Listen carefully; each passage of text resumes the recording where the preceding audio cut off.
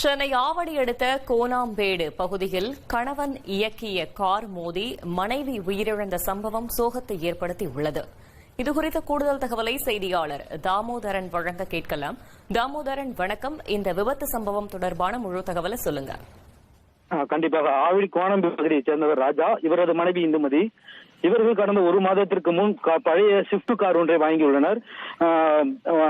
ராஜா ஒரு மாதமாக கார் ஓட்டும் பயிற்சி மையத்தில் பயிற்சி பெற்று வருகிறார்.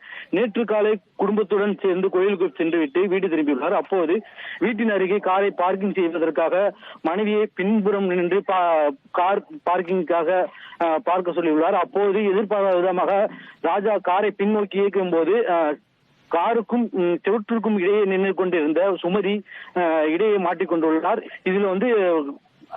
மாற்றிக்கொண்டுள்ளார். அப்போது கார் உலார் செய்வதில் மனைவிக்கு நெஞ்சி மற்றும் கால் போன்ற உள்ளிட்ட பகுதிகளில் அடிபட்டுள்ளது. உடனடியாக அவரை மீட்டு ஆவடி மருத்துவமனையில் அனுமதிக்கப்பட்டுள்ளார். அப்போது சிகிச்சை பெற்று வந்த நிலையில் அவர் இன்று சிகிச்சை பலனின்றி தற்போது உயிரிழந்ததாகவும் மருத்துவமனை தரப்பில் தெரிவித்துள்ளனர். இது குறித்து ஆவடி போலீசார் தற்போது விசாரணையானதை மேற்கொண்டு வருகிறார்கள். தகவல்களுக்கு நன்றி தாமோதரன். இனி செல்லும் இடமெல்லாம் செய்தி. தந்தை டிவியின் வாட்ஸ்அப் சேனலை ஃபாலோ பண்ணினா செல்ல இருக்கும் இடமெல்லாம் செய்தி. இதோ QR கோட், இப்பவே ஸ்கேன் பண்ணுங்க, ஃபாலோ பண்ணுங்க.